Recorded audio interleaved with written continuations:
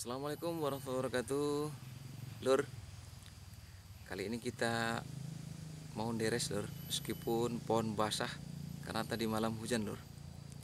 Ini pohonnya, Lur.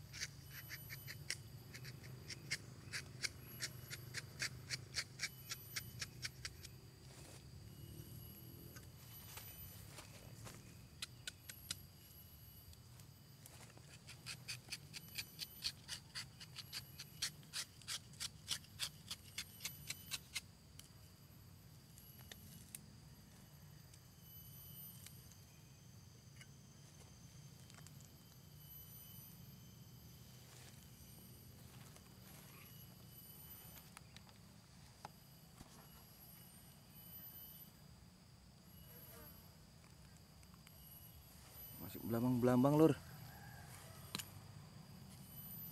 Riskan ini, Lur.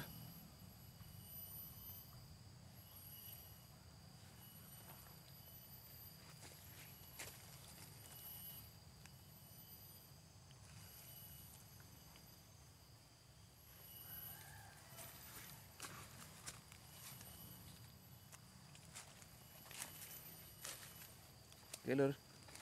Kita lanjut. Nah, kita coba tunas-tunas dulu, Lur, ya. Tunas-tunas.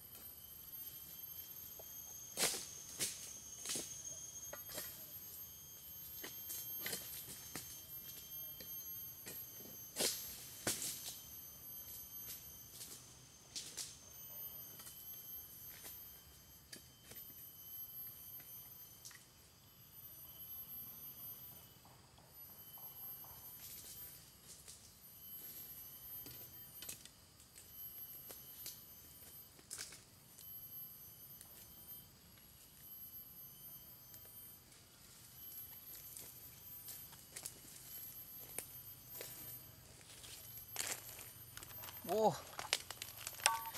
ternyata menunas itu susah lur. Pengkis-pengkis kita lur. Ini lur. Setelah kita tunas.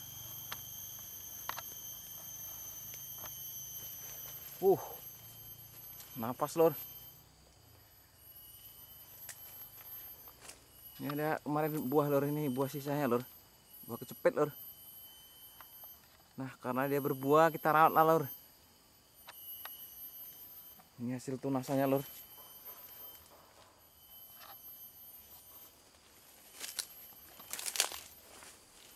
Ya, mohon dimaklumi lah lur. Tunasannya masih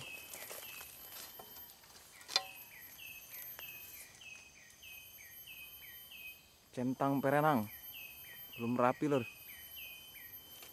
Ya ini egrek cap 99 lur ya, bukan egrek yang tak tajam lur, tapi saya yang tidak pro.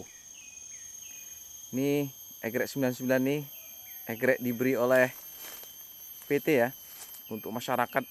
Ada dikasih angkong, gancu dan egrek lur. Gimana di daerah kalian lur? Ada dikasih-kasih gitu nggak? Nah, ini pohon target selanjutnya yang akan kita pruning lur.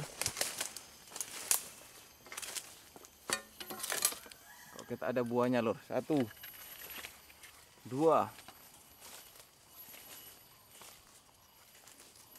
3. Nah, ini buah-buah kecepet semua lur. Target selanjutnya ini gondrong pohonnya. Kita rawat nanti lur. Mudah-mudahan menghasilkan pundi-pundi lur.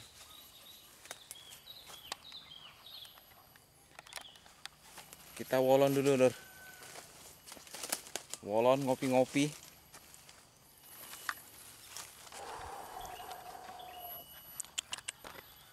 Ini di tempat wolon kita lur. Tempat wolon kita nih.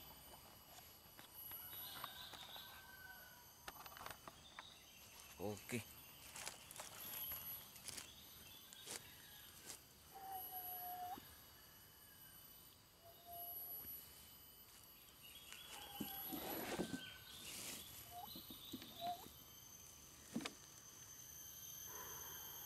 Satu pohonnya udah pengis-pengis lur.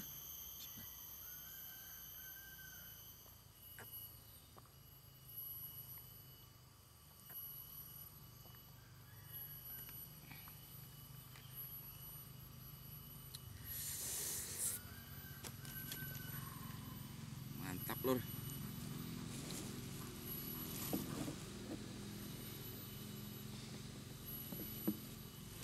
Nah, ini ada sedikit kopi lur.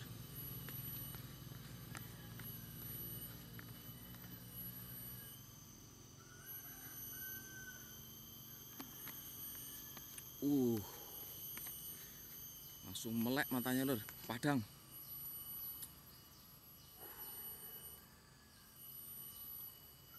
Kalau polon gini lur, bagusnya kita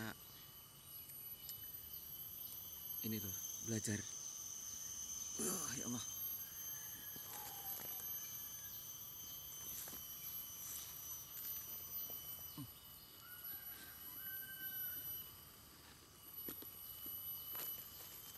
Ya Allah. Kenapa ini?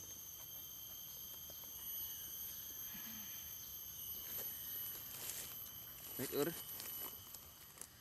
Deres sudah sepohon. Nunas sawit sudah sepohon. Mau 2 pohon. Tapi apalah daya lur. Sudah pengkis-pengkis. Nah, sambil wolon kita review, bertadabur ini yang sudah kita lakukan sebelumnya lur ya. Sepertinya kita masuk ke chapter ke-7 lur, halaman 49. Halaman 49.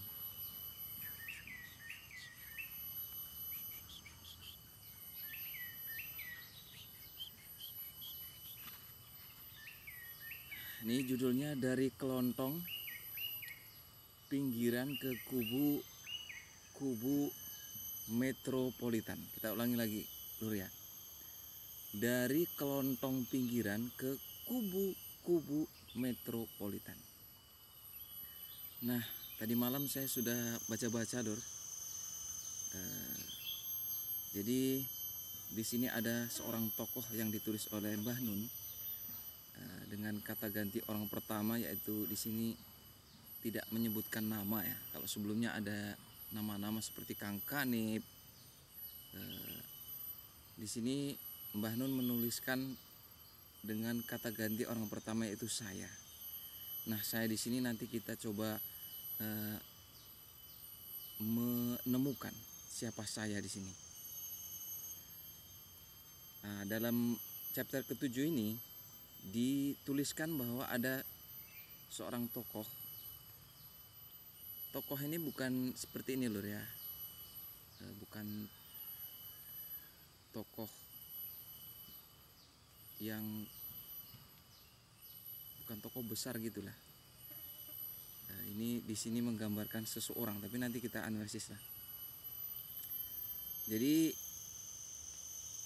latarnya itu di Surabaya, di mana Surabaya adalah kota besar yang ada di Pulau Jawa. Kalau provinsinya itu Jawa Timur. Nah, di sini seorang pria tersebut berjalan-jalan ke Surabaya, kemudian ia mendapati kota Surabaya itu yang disebutkan di sini menjanjikan masa depan yang lebih merdu dibanding sawah yang paling subur di desa. Kita garis bawah itu loh. Kota Surabaya itu dituliskan di sini menjanjikan masa depan yang lebih merdu dibanding sawah yang paling subur di desa. Nah, ini menjadi latar belakang mengapa anak-anak muda cenderung merantau ke kota, karena ingin meraih masa depan yang lebih merdu. Seperti lagu siapa itu ya? I have died every day waiting for you, darling, don't be afraid, I have loved you for 1,000 years. Mungkin lebih merdu dari itulah. Dibandingkan sawah yang paling subur di desa. Nah, satu yang mungkin setiap manusia ingin melakukan perjalanan lah ya, baik perjalanan spiritual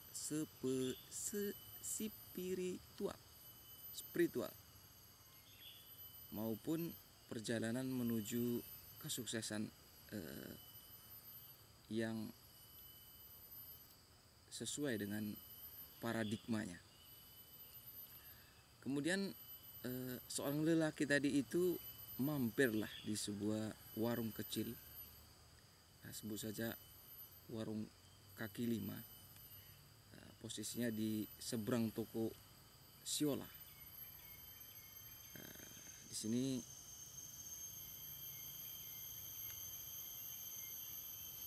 seorang lelaki itu minum teh panas. Berarti menunjukkan waktunya itu bisa jadi di pagi hari loh. Karena di Surabaya yang saya dengar-dengar, saya belum pernah ke Surabaya, jadi belum tahu. Tapi sepertinya Surabaya, kata-kata orang itu kotanya panas, karena kalau kita lihat di Surabaya itu orang-orangnya pakai baju kutungan gini loh, pendek-pendek. Kalau di Bogor, Bandung kan ini stylish gitu, pakai jaket, ada kaos dalemannya, stylish lah, karena memang bisa memakai pakaian yang lebih dari satu. Kalau di Surabaya mungkin pakai kayak gitu gembledek lor, bisa keringat jagung. Nah, setelah seorang lelaki tadi minum teh, tentunya diseripit lah lor ya.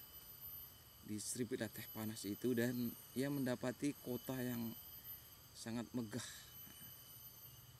Nah, kemudian pria tersebut kembali berjalan-jalan mencari perangko. Perangko itu zaman sekarang masih ada, tetapi tentunya tidak populer. Biasanya digunakan untuk mengirim surat ke kantor pos dan ditujukan ke alamat yang akan menerimanya. Namun seorang lelaki tersebut hanya mendapati toko-toko besar, kemudian bangunan-bangunan menjulang tinggi. Nah, di sini ada pria tersebut melewati Diamond Night Club. Melewati Diamond Night Club. Ini tentunya bukan warung kaki lima itu, lur. Kalau kaki lima nggak mungkin namanya kayak gitu. Kemudian toko-toko itu toko-toko besar itu yang di sini disebutkan bersifat departemental, seperti itulah. Continental. Nah, itu kalau John Wick continental, ini departemental. Kemudian di sini juga disebutkan dengan modern shopping center. Nah, sudah modern ya shopping centernya. Keringetan, lur. Juga ada night club LCC. Juga ada bangunan-bangunan yang lainnya lah ya, yang tentunya megah. Kemudian toko tersebut juga menyoroti tentang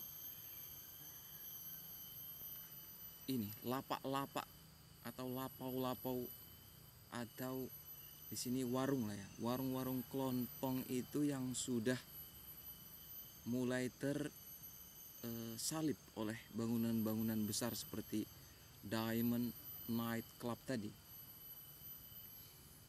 Nah, itulah yang dilihat dan diamati oleh seorang tersebut. Nah, pertanyaannya adalah jika kita melihat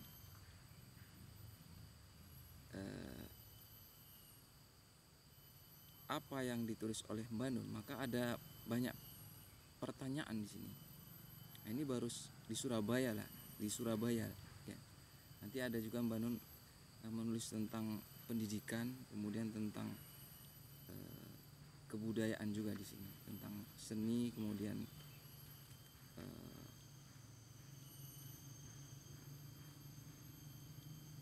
tentang seni dan kebudayaan, inilah pendidikan, seni, kebudayaan dan seni juga lah ya.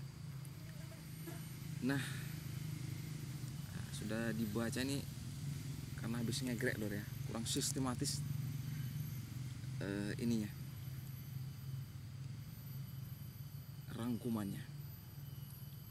Tapi saya mencoba untuk bertanya dan mencari jawabannya dari kisah yang dituliskan oleh Mbah Nun. Di sini saya sangat penasaran mengapa ada seorang lelaki yang jalan-jalan ke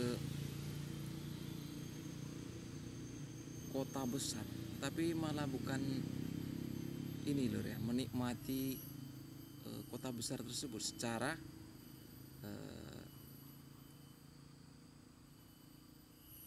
kebiasaan orang lah.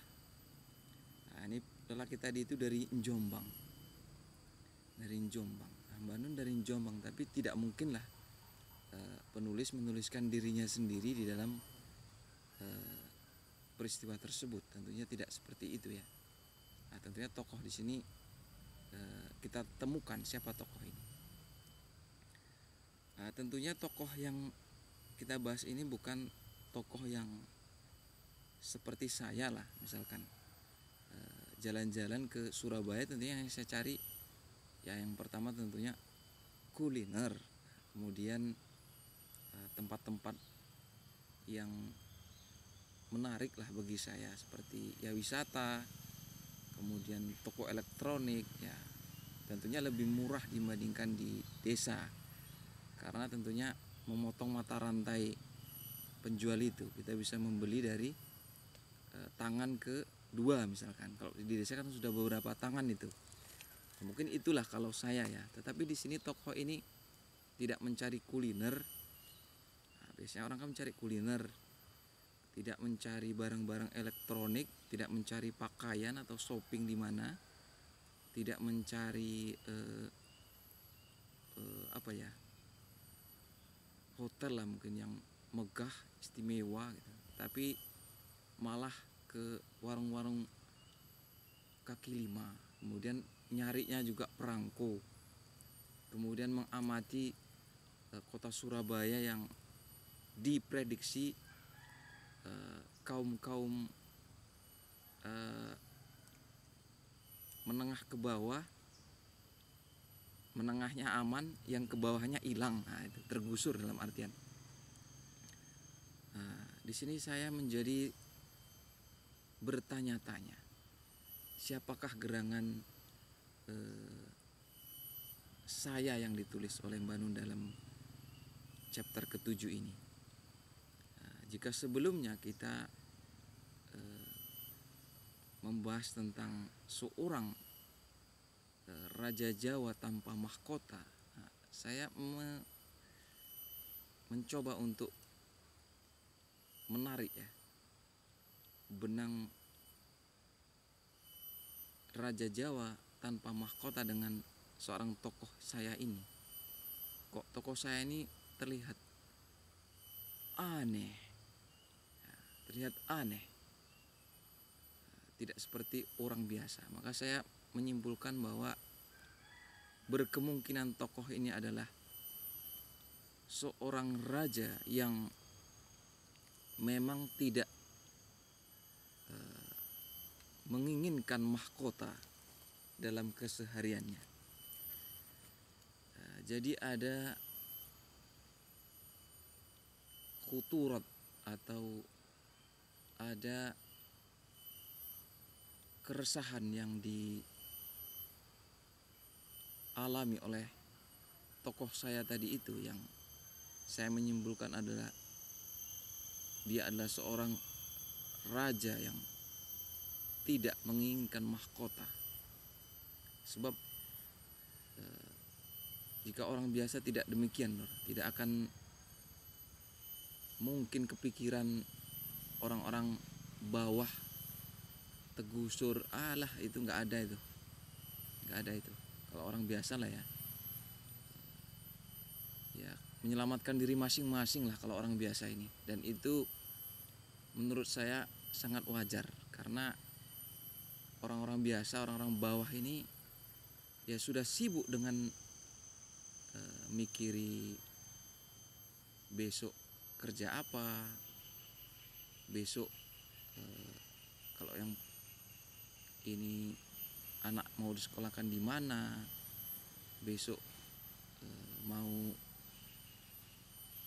ngelunasi kreditan, besok mau sudah sibuk lah dengan kerjaan masing-masing. Dan tentunya kalau sampai mendalam, nanti ini akan tergusur, itu bukan orang biasa loh, itu orang yang luar biasa. Dan saya menduga itu adalah seorang raja yang berjalan-jalan. Sebab dulu ada ini kisah lor, di mana ya, kalau nggak salah itu di Andalusia lor. Di Andalusia ini ada seorang cucu daripada Abdurrahman Ad-Dakhil gitu ya. Cucu dari seorang pendiri dinasti ini Muawiyah lah, itu Umayyah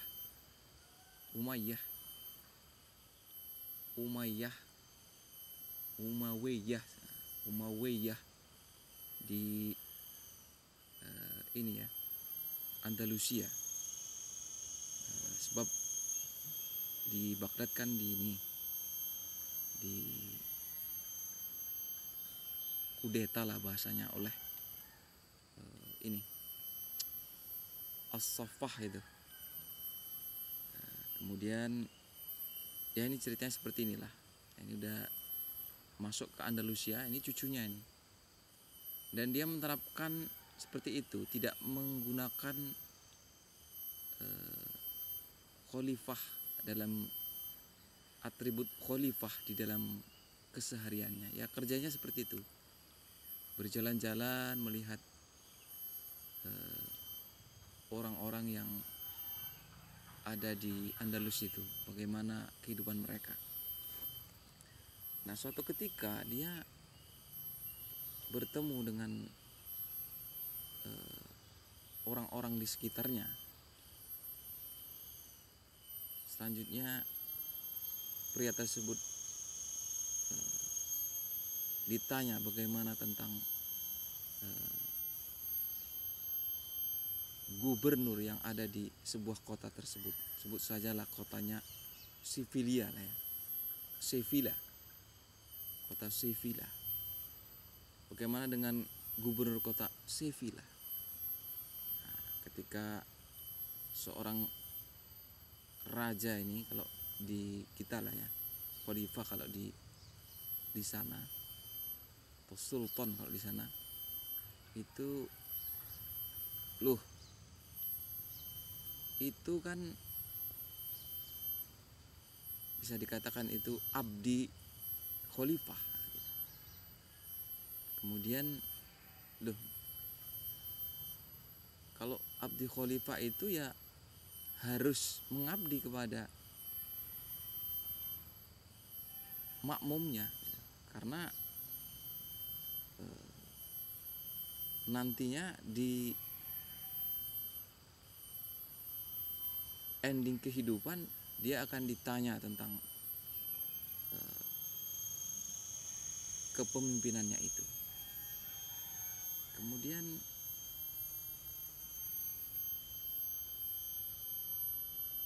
ia menyebut bahwa gubernur itu adalah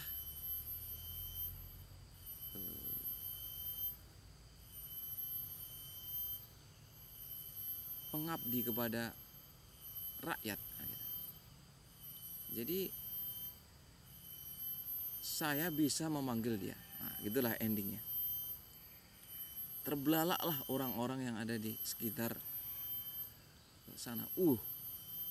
Ini ada orang biasa kok berani-beraninya bisa memanggil gubernur. Nah, itu tentunya menjadi pertanyaan besar.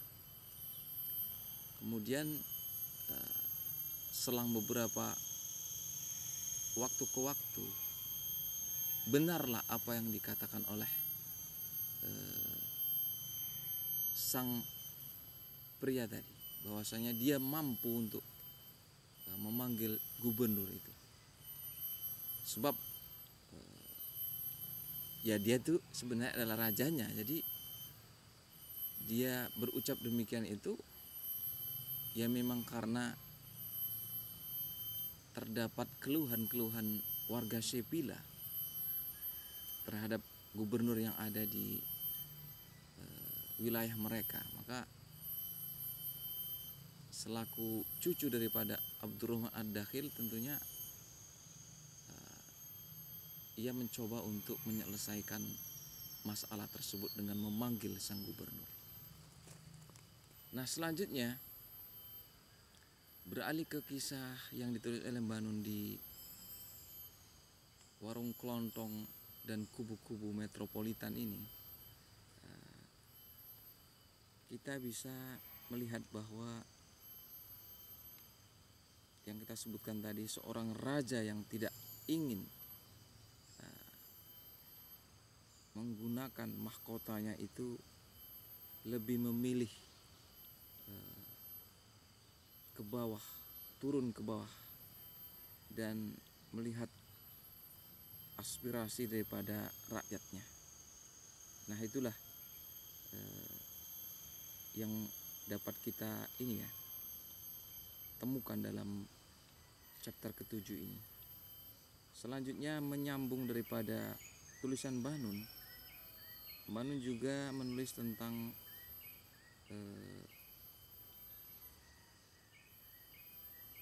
seni kebudayaan yang sudah mulai mengerucut kepada kubu-kubu besar komoditas.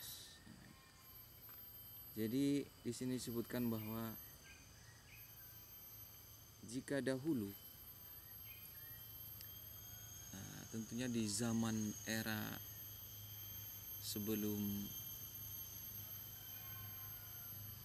Indonesia ya, zaman Majapahit, zaman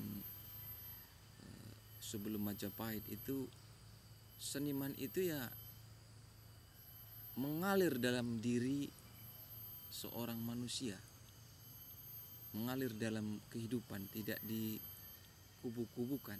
Di sini dituliskan Bahnun ada seorang yang pagi ke sawah menanam padi, kemudian suatu ketika dia ya bisa untuk menari. Nah, itu di Bali disebutkan. Jadi tidak haruslah dikubu-kubukan, dikerucutkan. Kemudian yang menjadi keresahan Bahnun di sini adalah mengapa seni saja sudah dikubu-kubukan, apalagi aliran pemikiran atau mazhab-mazhab sangsoyo lah, dawong seni wes kubu-kubuan lah, sangsoyo politik, mazhab dan lain sebagainya lah ya. Jadi hal itu menjadi kemirisan Bahnun dalam buku ini. Selanjutnya juga tentunya kita mendapati bahwa kehidupan orang-orang terdahulu itu masih ya tersisa lah, meskipun dikatakan oleh Bahnun di sini tergusur seperti halnya warung-warung kelontong itu, tetapi seni kemudian ilmu pengetahuan orang-orang dahulu itu masih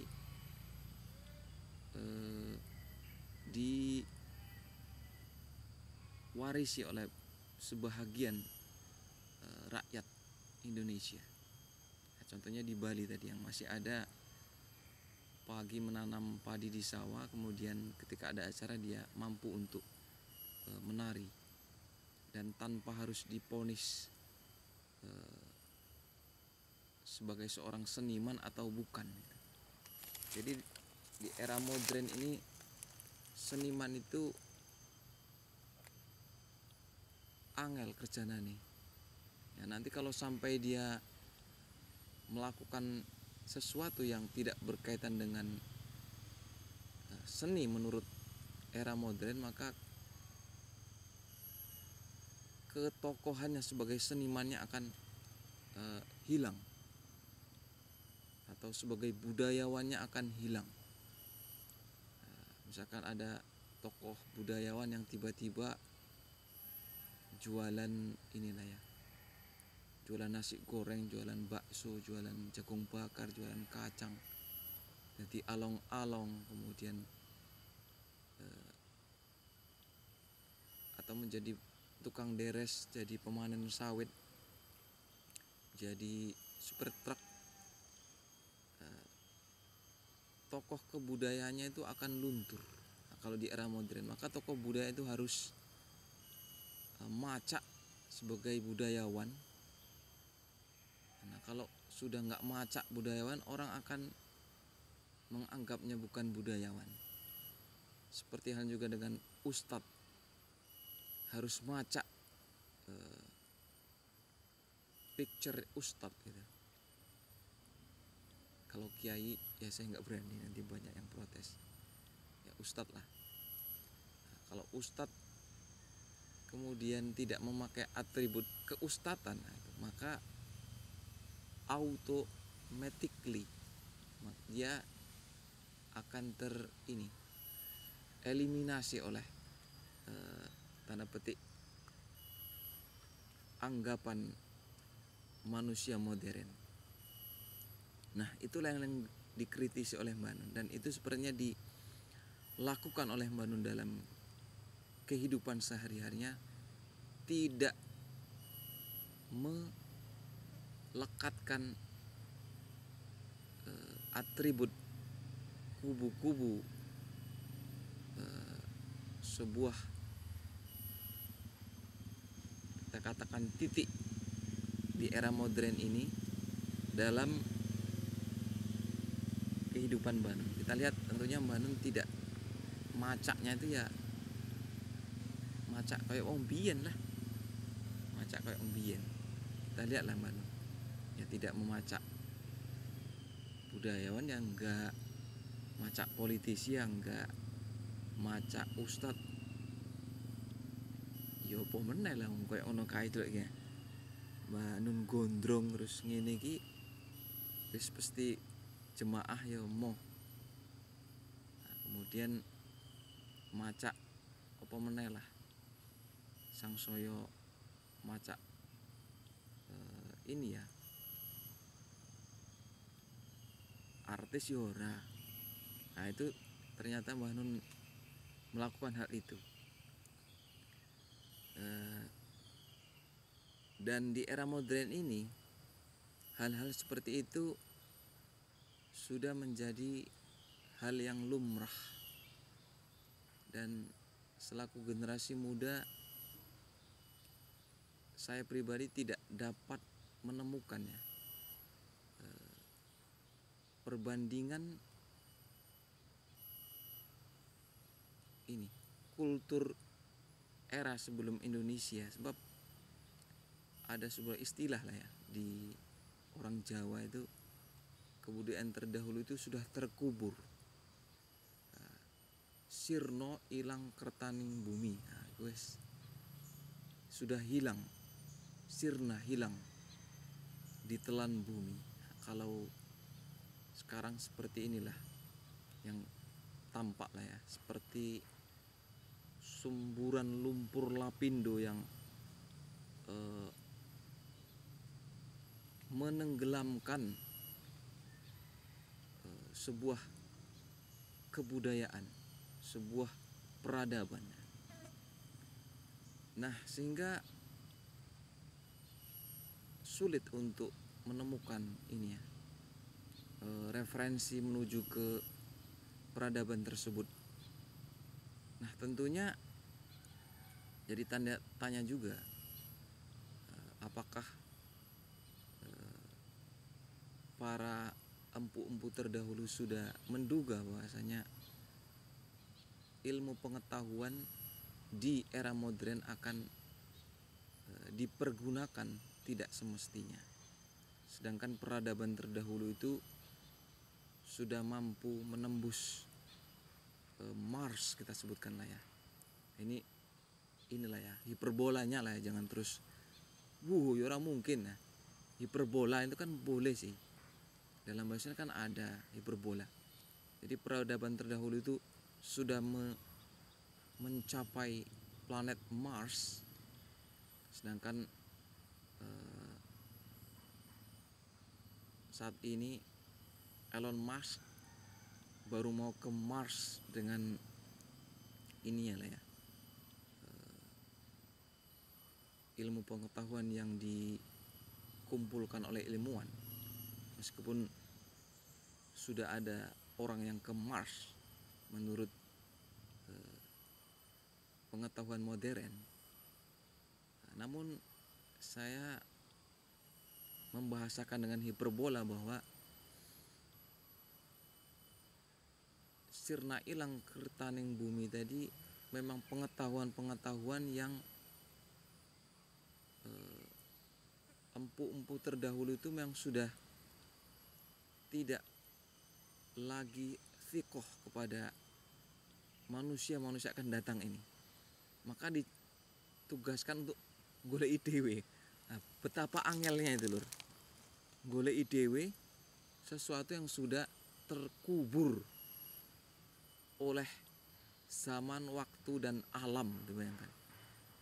Nah, kita bisa saksikan saat ini ya, tulisan-tulisan peradaban-peradaban terdahulu, baik itu peradaban orang Sunda, suku Sunda ya, suku Sunda, bangsa Sunda lah, kaum Sunda, kaum Jawa, orang Sunda, orang Batak, orang Batak, orang Minangkabau, orang Jambi, orang Melayu, orang Kalimantan, orang suku Bugis, orang bahkan orang Papua, orang Betawi, nah tentunya memiliki tulisan-tulisan yang dihasilkan oleh orang-orang yang memang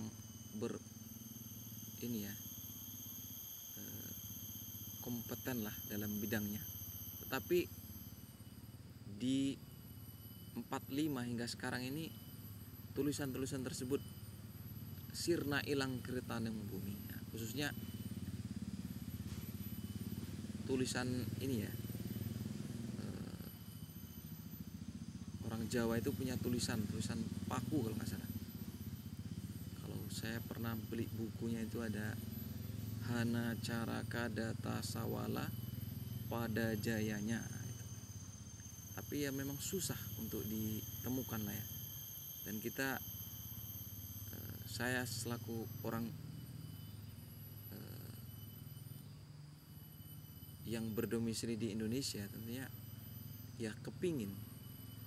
Nah, mungkin dari sisi ini kemampuan justru masyarakat di Indonesia secara global itu yang Muslim dan dia Jawa ya, Muslim dan dia Jawa, atau Muslim yang dia bersuku Sunda, itu lebih mampu untuk membaca teks Arab, mampu mengaji lah bisa katakan, mampu mengaji dibandingkan dengan membaca teks warisan leluhurnya. Nah, jika di Jawa Barat itu penduduknya sekitar 30 juta sekian, di Jawa Timur juga demikian, di Jawa Tengah, dan mayoritas Muslim, tentunya sepengetahuan saya lebih mampu untuk membaca dan tulisan Arab dibandingkan dengan membaca tulisan leluhurnya yang dahulu. Nah, ini menjadi khuturat bagi saya pribadi yang belum mampu untuk menembus itu. Nah, di sini balik lagi lah kita ya, itu terlalu ngalor ngidul supaya lebih terangkum. Nah, kita rangkumkan bahwa setidaknya Banun akan menyampaikan sebuah ini ya, permisalan,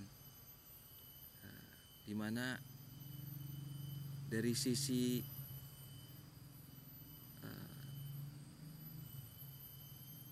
budaya, kemudian dari sisi kehidupan bermasyarakat, dari sisi penentuan tata letak kota, bangunan, itu tentunya sudah mengalami transformasi dari era terdahulu.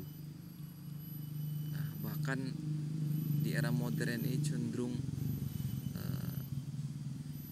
kehidupan manusia berkubu-kubu.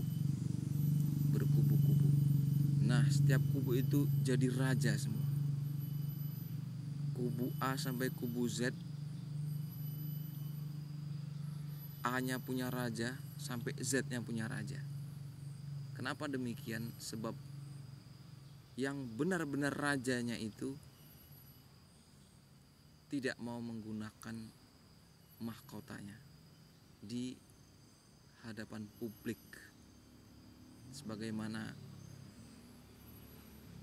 kata-kata sirna ilang kertaneng bumi. Ada tetapi tidak digunakan, ada tetapi tidak ditampakkan. Sebenarnya ada seorang raja yang tidak menggunakan mahkotanya, sebagaimana dahulu ada Raja Jawa tanpa mahkota yang dituliskan oleh kolonial kepada Haji Umar Said Cokro Aminoto. Dan untuk di era modern ini ada seorang raja yang memang tidak ingin menggunakan mahkotanya, sehingga puzzle mahkotanya itu digunakan oleh kubu-kubu A sampai Z. Dan seorang raja tersebut hanya memantau, tekan dilah penggawianmu. Suatu saat tentunya sebagai seorang raja akan menentukan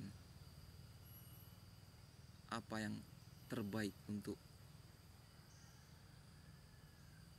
peradaban bangsanya. Nah, itulah Lur kuturut serta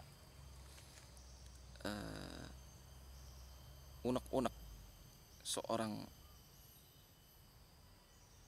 putra dari manusia, Pithecanthropus erectus, malah tekan manusia purba. Baik Lur, kalau ada jarum yang patah jangan disimpan di dalam peti. Kalau ada kata yang salah mohon dimaafkan dan dimengerti. Terima kasih Lur. Kita sudahi dengan salam. Assalamualaikum warahmatullahi wabarakatuh.